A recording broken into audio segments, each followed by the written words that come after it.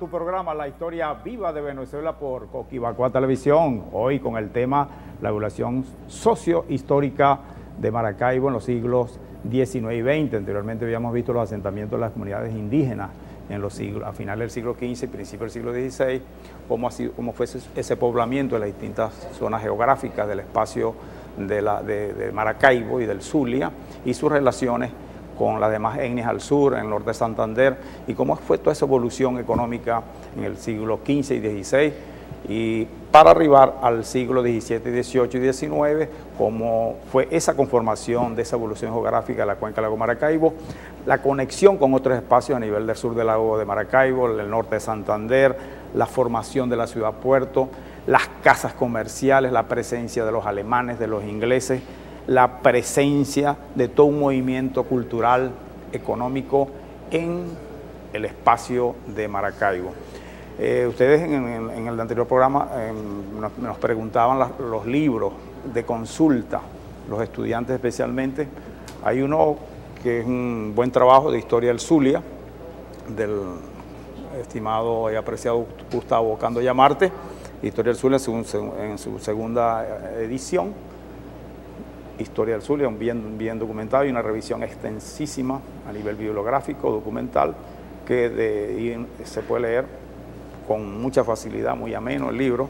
Entre otros, hay La Tierra Prometida del Sur del Lago Maracaibo y la Villa y Puerto de San Antonio Gibraltar, siglo XVI, siglo XVII, de Luis Alberto Ramírez Méndez. Se consigue en librerías del sur, es una edición del Centro Nacional de Historia, una colección sobre historias locales, historia de barrio adentro. Es un excelente trabajo que reúne un poco la perspectiva de la ocupación hispana del sur del lago de Maracaibo y la vinculación con la provincia de Mérida, que fue pretérita de la provincia de Maracaibo. Y este otro trabajo, Pueblos y Culturas de la Cuenca del Lago de Maracaibo, en la Comisión Centenario del Lago Maracaibo, Acervo Histórico del Estado Zulia, Biblioteca Temas de Historia del Zulia. Este lo encontramos.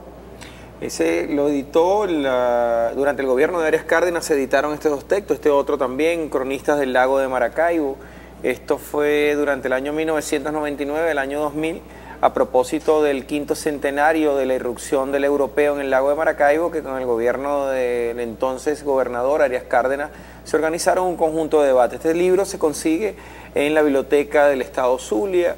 Ahí se puede solicitar, ahí está dirigiendo ahorita el buen amigo historiador Kurnagel von Hess, con el cual puede solicitarse esto, que es una obra de referencia bastante importante. Y este otro, Maracaibo de las sociedades originarias a la ciudad hispana, lecturas interdisciplinarias de Mario Sanoja Obediente, Iraida Vargas Arenas, Liliana Parra, Alén Urdaneta, Germán Cardoso, Mazula Tencio, Elisa María Quijano, y Nereida Petit, Eduardo Pineda, un excelente trabajo de las sociedades originarias. Este texto, William y amigos que nos siguen, lo consiguen en la plazoleta de la Facultad de Humanidades en la Universidad del Zulia.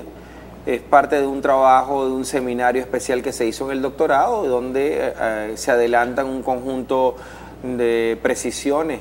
O sea, la mayoría son profesores de la Facultad de Humanidades y la Facultad de Arquitectura, bien interesante sobre el Maracaibo que se vivió y el que se vive. Yo creo, William, también aprovechar este espacio para agradecer los múltiples comentarios que nos han llegado, tanto a tu teléfono celular como al mío personal, incluso por Twitter.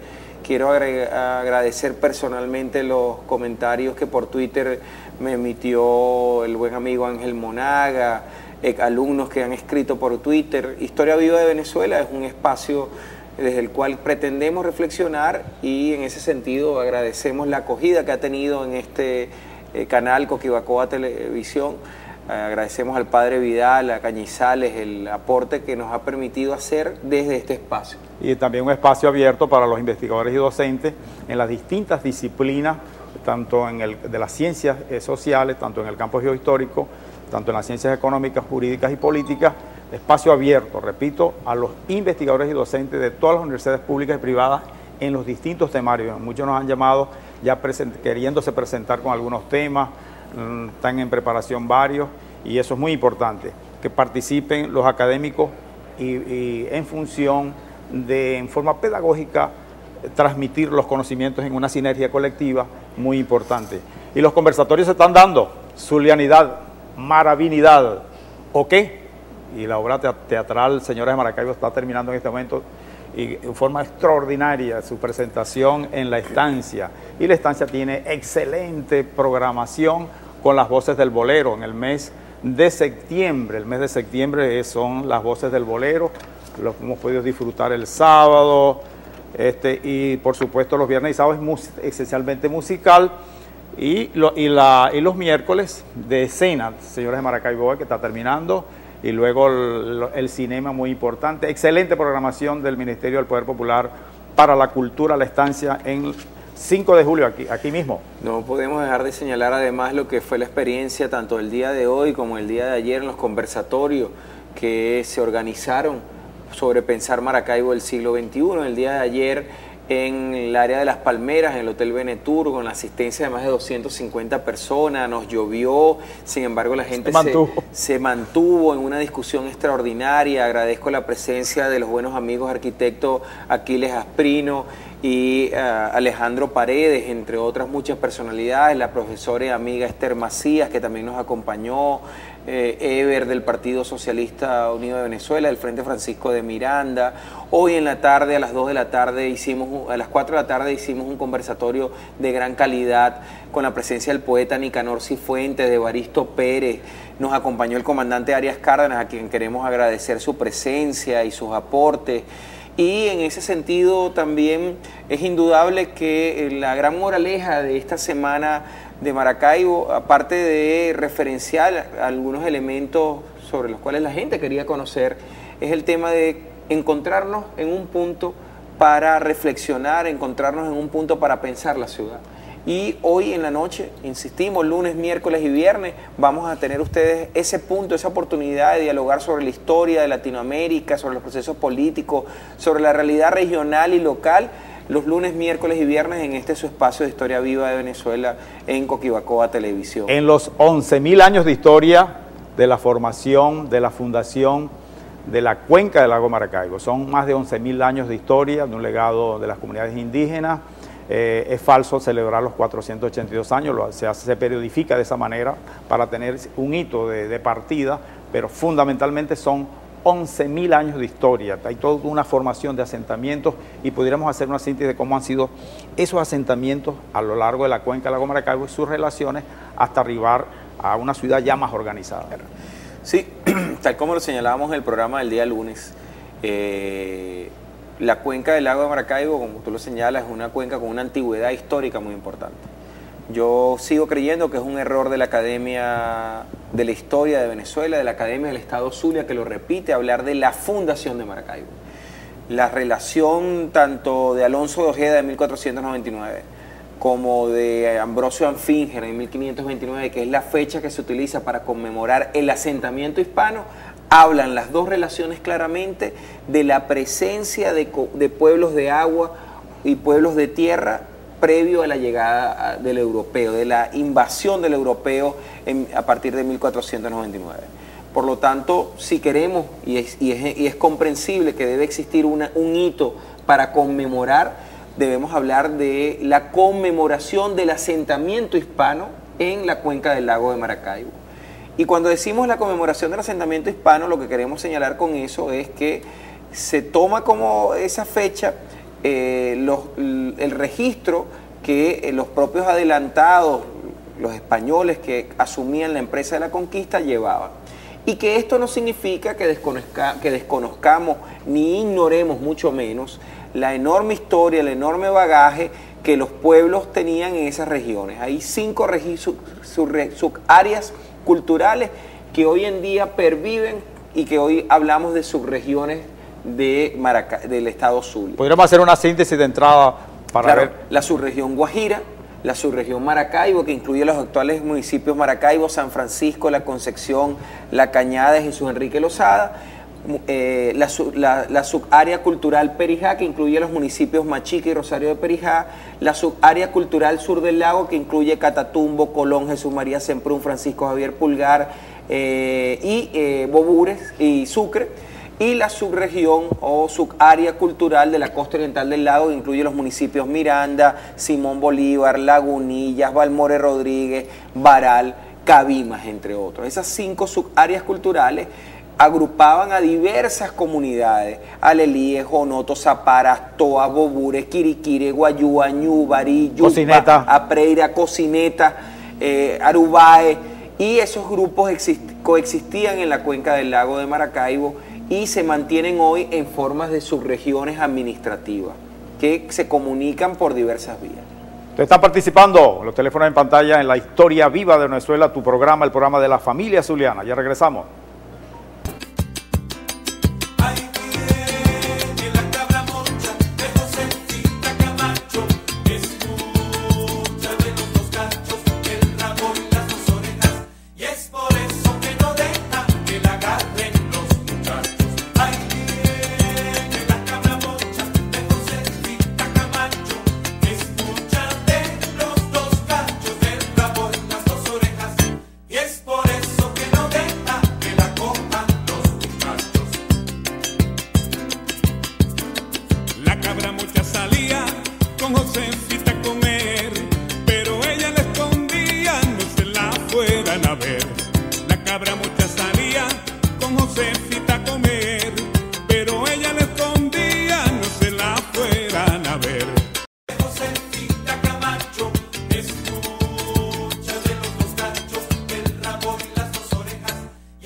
En tu historia viva de Venezuela por Coquibacoa Televisión, Feria Escolar Bicentenaria, ahorra entre 40% en útiles escolares.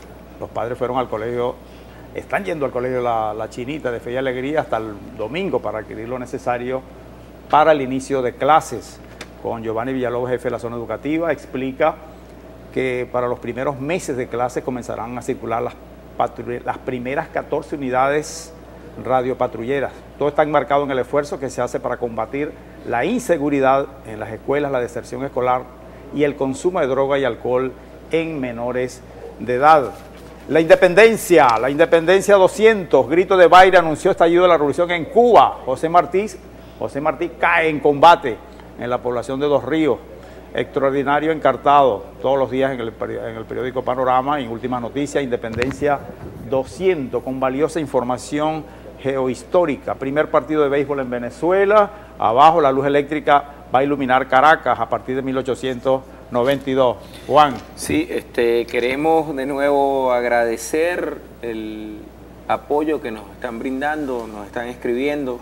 Ramón Soto, nuestro buen amigo, el excelente gaitero, nos escribe: saludos, de acuerdo con esa apreciación de asentamiento europeo y no de fundación de Maracaibo.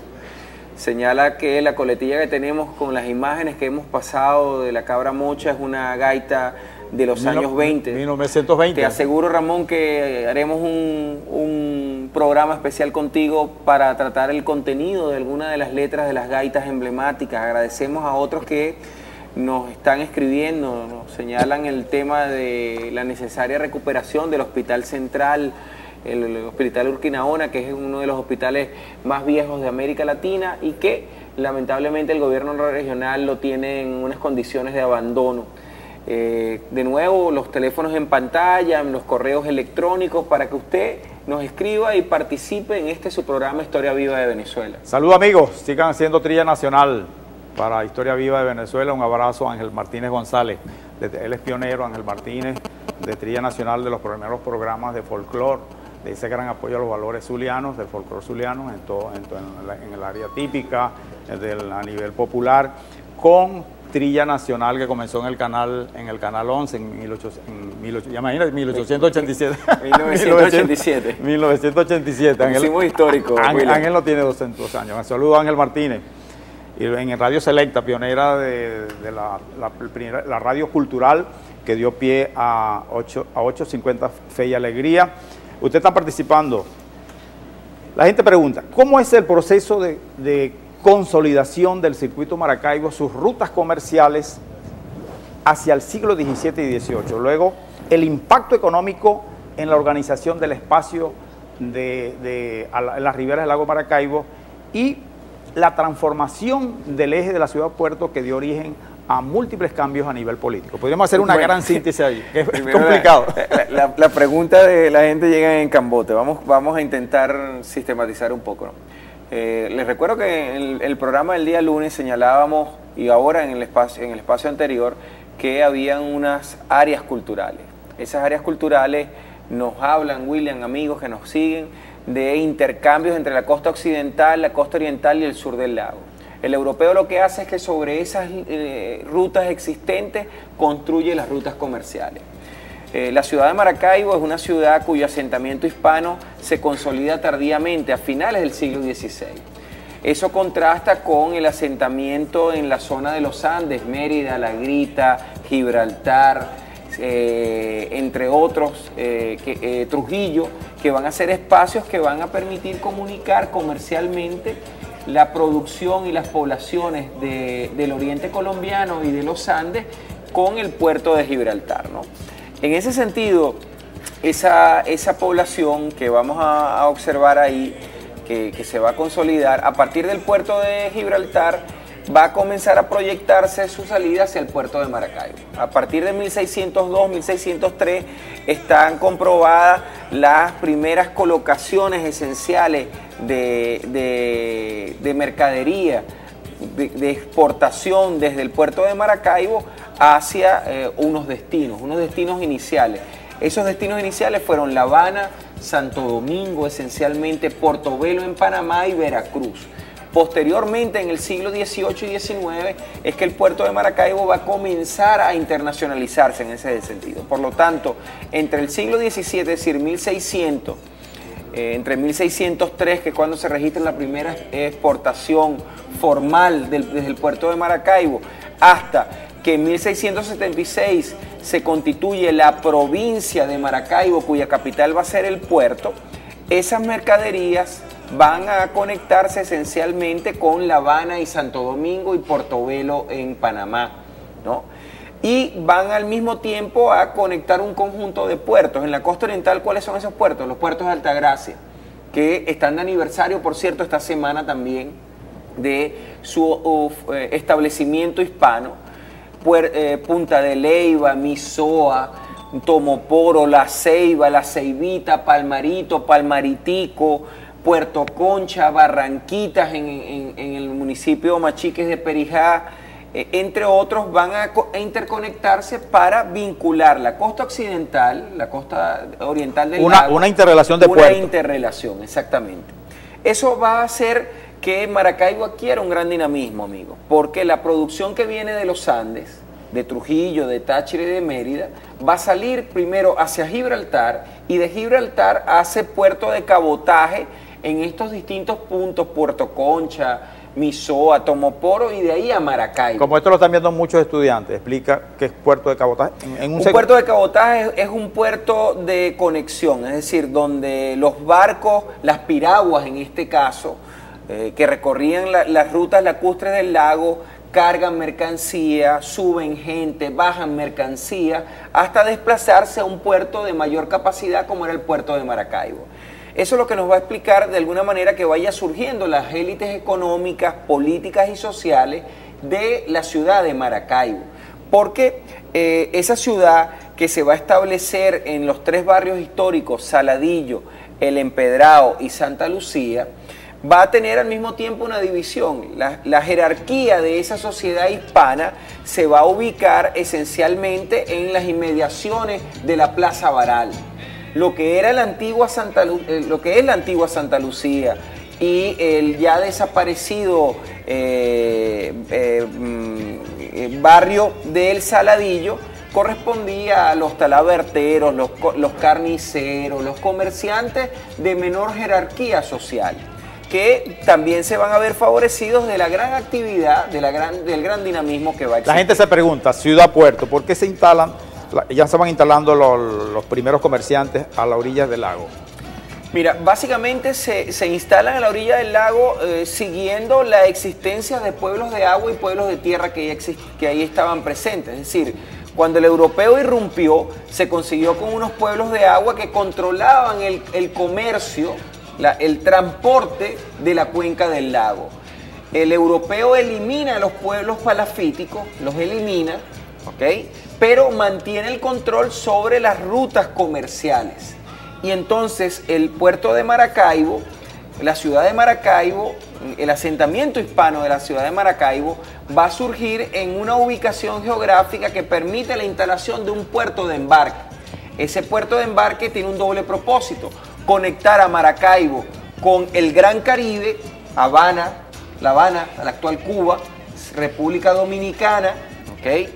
Haití, Portobelo en lo que hoy es Panamá, que antes era el virreinato de la Nueva Granada, el virreinato de Santa Fe, perdón, y posteriormente conectar la entrada y salida de barcos con el barco de Cádiz, que es el gran barco, el gran puerto receptor en España. Eso va a crear un dinamismo económico enorme, porque el puerto de Maracaibo va a cobrar impuestos como almojarifazgo, que era el impuesto para subir y bajar mercancías de los barcos, y alcabala, que era un impuesto para que todo el que llegara a exportar o importar mercancía debía de pagar un impuesto, y va a consolidar económicamente la región. La gente pregunta también, están participando en la Historia Viva de Venezuela, la formación de las casas comerciales, la presencia urbana, la arquitectura en nuestro centro de la ciudad. Esa presencia imponente allí, de ese circuito. Ahí hay que diferenciar, ¿no? Porque hay que recordar que en la lógica hispana, por lo menos entre el siglo XV, es decir, 1499, que es cuando irrumpen en el lago, hasta finales, hasta inicios hasta mediados del siglo XVIII, 1777, la entrada de barcos franceses, alemanes, holandeses va a estar medianamente restringida por el mismo proceso de confrontación política del Estado español con las otras potencias europeas. Sin embargo, esto es bueno decirlo, dada la característica de la cuenca del lago, dada las características de una de las subáreas culturales como es la península de La Guajira, en La Guajira y en la costa occidental, en la costa oriental del lago, sobre todo en lo que hoy es el municipio Miranda, se dio, estimados amigos y William, un comercio de contrabando con Aruba, Curazao y Bonaire esencialmente. Eso permitía que, aunque legalmente no existía el comercio con los franceses, con los ingleses, con Prusia, desde el punto de vista del contrabando se diera la actividad comercial y los intercambios. Prácticamente el primer circuito. Un primer circuito. Eso hacia lo externo, pero hacia lo interno había un circuito también importante. Ya regresamos, usted está participando en tu programa, el programa de la familia zuliana, La Historia Viva de Venezuela.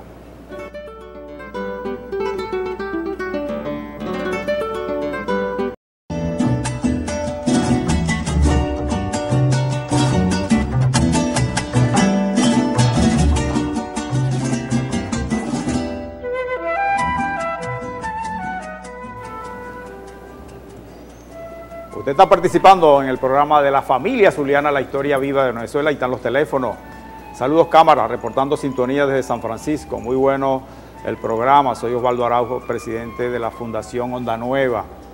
Entre otras llamadas, incluso invitan a otros temas, la arquitectura urbana de Maracaibo, la historia de la arquitectura urbana de Maracaibo, entre otros temas que solicitan. Y son muchos, pero sin embargo recogemos la síntesis de la inquietud de organizar nuevos para el futuro programas en forma muy didáctica, que pretendemos hacerlo con imágenes, con el apoyo de todos los investigadores, en función de fortalecer nuestros valores regionales y por supuesto enriquecernos, tener mayor información de nuestra historia viva del Zulia y de Venezuela. Ese es el gran objetivo. El impacto económico del circuito de Maracaibo, la ciudad puerto, y cuál fue el impacto de ese eje económico de la ciudad puerto en la transformación política. Bueno, te decía, el puerto de Maracaibo a partir de 1603 comienza a exportar mercaderías, inicialmente productos agrícolas, ¿no? Recordemos que la cercanía de Maracaibo con el eje andino permite que cada piso térmico, es decir, entre los 0 a 1000 metros hay un piso térmico, es lo que llamamos un piso cálido, entre los 1001 metros a los 1900 metros hay un piso templado y entre los 2000 metros por encima hay un piso frío. En cada uno de esos pisos hay un tipo de vegetación, hay unas características de suelo distintas y por eso es que en los Andes usted ve que se produce zanahoria, tomate, que son frutos de zonas cálidas, pero también se produce fresas, durazno, trigo, cebada, y toda esa producción se dirigía primero hacia el puerto de Gibraltar y del puerto de Gibraltar hacia el puerto de Maracaibo.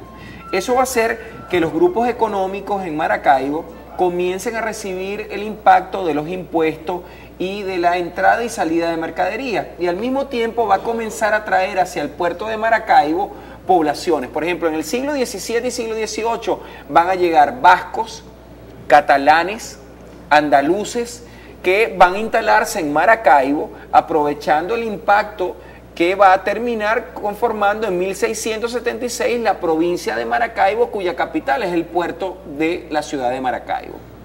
Por lo tanto, insisto, hay un comercio hacia lo interno que conecta la producción del oriente colombiano y de los Andes venezolanos y de parte de los llanos, porque la producción, por ejemplo, de tabaco, de barinas, se subía por el piedemonte de los Andes, llegaba del lado de Gibraltar y de ahí salía por el puerto de Maracaibo hacia Santo Domingo, República Dominicana e incluso España. Y eso va a dar un gran dinamismo. Y esos serían los grandes circuitos, ya claro, cuando se conecta con Europa. Estamos hablando de un gran circuito comercial que va más allá del circuito interno de la cuenca del lago de Maracaibo y que le va a dar una preeminencia. La gente está preguntando, la formación social, las clases sociales en ese momento cuando hay ese gran movimiento comercial, ya en otro gran circuito internacional como es Europa, y esa gran oleada de extranjeros, bueno, ingleses, alemanes. Sí, no hay que olvidar, por ejemplo, sobre todo en el siglo XVIII, a partir de la conformación de la Capitanía General de Venezuela, va a haber un cambio esencial, ¿no? Y es que Maracaibo, que pertenecía administrativamente a la provincia de Venezuela, con sede en Caracas, pasa a depender jurídicamente del virreinato de Santa Fe de Bogotá, por la cercanía de Santa Fe en relación con la lejanía con Caracas. ¿Cómo era esa estructura política en Maracaibo? Políticamente debemos recordar que hasta los inicios del proceso de la independencia, la jerarquía de poder, los grandes cargos, intendente, representante de la Real Audiencia, del Real Consulado, de los tribunales, eran la mayoría lo que llamamos blancos europeos, es decir, catalanes, vascos, aragoneses, castellanos del Reino de Castilla, que era parte del Estado español, quienes van a ejercer. Pero al mismo tiempo, pero explica en síntesis esa intendencia del Real Consulado. No, son figuras jurídicas. Necesitaríamos otro programa realmente para explicarle. Pero, por ejemplo, la Intendencia y el Real Consulado estaban encargados de la administración de justicia y todos los asuntos militares y administrativos. La Real Audiencia, por ejemplo, era la encargada de administrar justicia, pero habían también los funcionarios de la Real Hacienda, que eran los encargados de cobrar los impuestos y otro conjunto de elementos. Todos esos cargos son cargos asociados esencialmente a blancos europeos. Sin embargo... Estructura española. Sí, sin embargo, comenzó un proceso de sincretismo cultural y el establecimiento de redes familiares, ¿no? Entonces, había procesos de casamiento de comerciantes criollos que habían obtenido prosperidad, bien sea por vía del comercio legal o bien sea del contrabando, y se asocian con familias catalanas, aragoneses.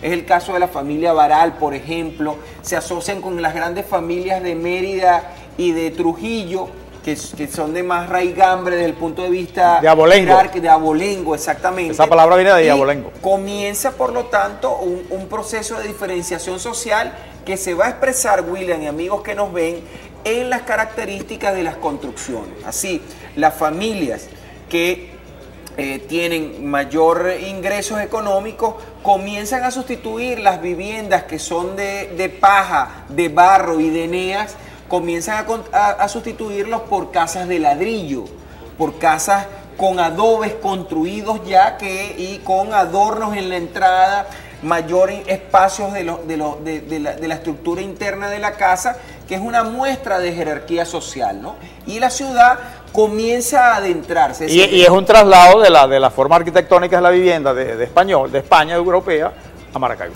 Claro.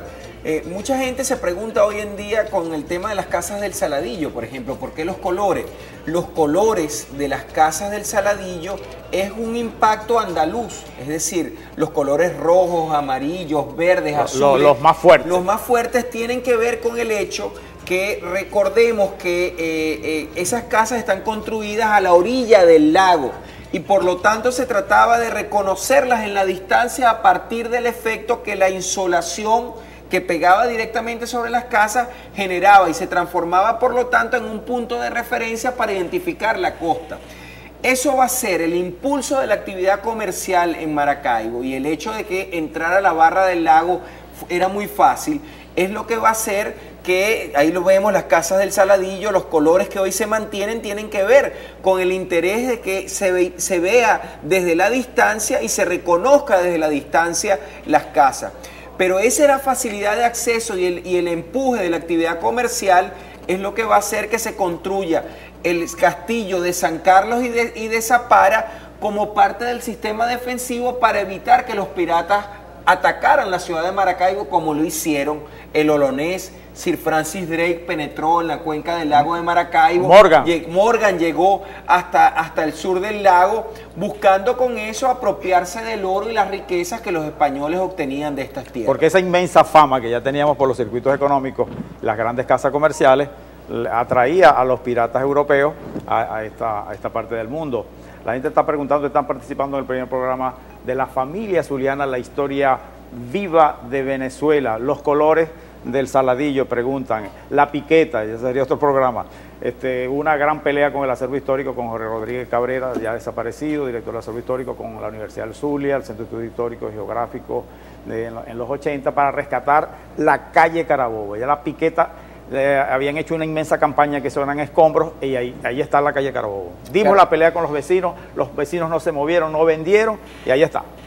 Sin embargo, yo tengo todavía observaciones, porque, y tú lo recuerdas mejor, yo estaba mucho más chamo en ese entonces, todavía era chamo, ya soy un adulto contemporáneo. Todavía eres chamo. No, ni tanto. Las canas me denotan que no soy tan chamo. El proyecto inicial, tú recordarás, era que historiadores, educadores, sociólogos, cultores populares transformaran la calle de la tradición en una gran calle cultural, ¿no? Yo creo que nos hemos quedado cortos en eso, ¿no? Por eso es que yo creo que también sería importante en este aniversario de la Fundación Hispana, del asentamiento hispano en Maracaibo, que pensáramos un proyecto histórico-cultural para revitalizar la memoria histórica. Pero bueno, sobre esto seguiremos dialogando con ustedes en el siguiente bloque. Vamos a identificar y regresamos. Recuerden nuestros teléfonos de contacto, el Twitter, @historiadorjuan, desde el cual nos pueden llegar sus comentarios. Ya venimos.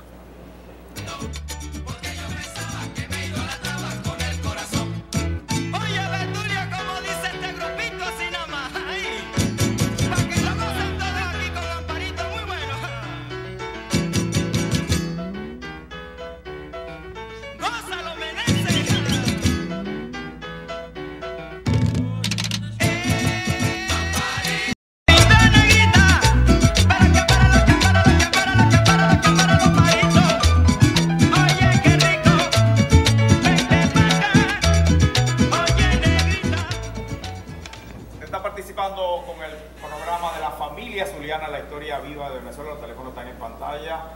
La Fundación Onda Nueva sigue llamando para realizar un homenaje de San Francisco, grandes homenajes a músicos como lo fue el maestro Aldemar Romero, conocido por varios países del mundo. Bendiciones. ¿Cómo sería para una entrevista con la directiva para cantar de repente arreglo del maestro Aldemar Romero, que es bellísimo? ¿Cuándo hablarán sobre la historia del barrio Saladillo y el Empedrado?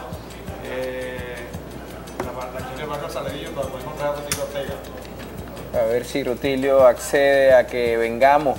Con mucho gusto, Rutilio, con mucho cariño, nuestro profesor, durante mucho tiempo incidió notoriamente en las decisiones y en nuestra formación. Sin lugar a dudas podemos conversar. Nos escribe también: saludos, profesor, y felicidades por su programa, de parte de Catherine Guerra, una exalumna Escribe también alguien más señalando este mensaje: un diputado de Un Nuevo Tiempo, Gualberto Macirrubí, dijo en su programa por TV que no ha pasado por Estado Zulia un gobernador tan malo como Pablo Pérez, de parte de Nicanor Castillo. ¿Cómo lo ve usted? Bueno, yo he venido diciendo que... ya esos son temas para el debate político. Sí, este gobernador realmente debería dedicarse a gobernar. A mí me parece bien que tenga la intención de ser precandidato presidencial, pero hay una enorme contradicción entre ser precandidato presidencial y ser gobernador del Estado Zulia. O sea, las dos cosas no las puede hacer definitivamente bien. No ha dado la cara, igual que lo hace la alcaldesa de la ciudad. Escriben también por acá... No, y la enorme inseguridad, Juan. Claro, ser responsable del gobernador. Felicitaciones, favor comentar lo referente a las incursiones de piratas en el lago. Esto es un buen amigo, Glenn, ya comenté algo también. Lo plantea como tema, los piratas en el lago Maracaibo. Vamos a dedicar un programa, se los aseguro, sobre las incursiones de los piratas en el lago. Una pregunta, profesor Juan Romero: ¿por qué cuando dicen el Saladillo enfocan y hablan de la calle Carabobo y no se habla del propio Saladillo en sí? Son imágenes, compañeros, no necesariamente hay una articulación perfecta entre las imágenes y el comentario que hacemos, pero te aseguro que vamos a dedicarle un programa especial a la piqueta que derrumbó el Saladillo y de la cual ha escrito incansablemente mi buen amigo y ex profesor Rutilio Ortega González. Por lo tanto, en ese sentido, vamos a dedicar un programa al respecto, porque creo que es importante generar un debate desde el punto de vista de la propuesta. En el aniversario del asentamiento hispano de la ciudad, es significativo que propongamos el rescate de la memoria, el rescate de las tradiciones, William. Ninfa Valera, muchos están llamando a Ninfa Valera, envían felicitaciones, los teléfonos están participando. Decreto 73. En aquellos tiempos impulsamos un decreto, el 73, con el doctor Ubaldo Arespaz, gobernador del Estado Zulia en ese momento. Decreto de enseñanza obligatoria de la geografía y de la historia. Si realmente el gobernador quisiera, como dice, tanto al Zulia y la alcaldesa, elaboraría un decreto de obligatoriedad de la enseñanza de la historia del Estado Zulia y del municipio de Maracaibo. Vamos a impulsarlo con el Ministerio de Educación. Sí, lo vamos a hacer con el Ministerio, porque desde el Ministerio sí creemos, efectivamente. De hecho, a partir de este viernes, es importante que yo lo diga, como parte de la estructura del Ministerio de Educación en el Estado, vamos a comenzar a distribuir los textos de ciencias naturales, de biología, de matemática y de sociales que se han generado gratuitamente por parte del Estado, y que va a significar para los padres que tienen a sus hijos en escuelas públicas un enorme ahorro desde el punto de vista de las listas escolares. Entre las preguntas que están llegando ya en este último segmento, la influencia de Grecia, ¿no? De la influencia del griego, del alemán en la ciudad de Maracaibo, en la ciudad puerto, principio del siglo XX, final del siglo XIX, y que no era necesariamente el inglés. ¿Verdad o mentira? Sí, no. Durante todo el siglo XIX y la primera mitad del siglo XX, en Maracaibo polularon cantidad de nombres. Está el caso de nuestro buen amigo Temístocles Cabeza, Temístocles, un general griego, Atenógenes. A propósito de Atenógenes Urribarri, ese gran cantautor al que le enviamos un gran abrazo. Rutilio.